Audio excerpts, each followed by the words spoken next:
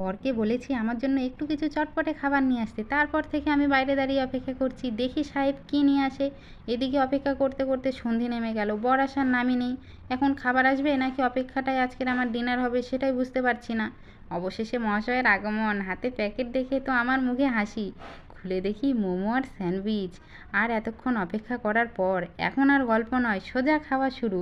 আর সত্যি বলছি, আমি তো শুধু কিছু খেতে চেয়েছিলাম, বর দেখি পুরো মনটাই ভালো করে নিয়ে এসেছে।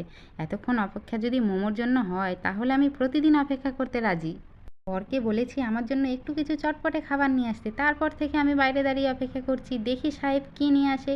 এদিকে অপেক্ষা করতে করতে সন্ধে নেমে গেল, বর আসার নামই নেই। এখন খাবার আসবে নাকি অপেক্ষাটাই আজকের আমার ডিনার হবে সেটাই বুঝতে পারছি না। অবশেষে মহাশয়ের আগমন, হাতে প্যাকেট দেখে তো আমার মুখে হাসি। খুলে দেখি মোমো আর স্যান্ডউইচ।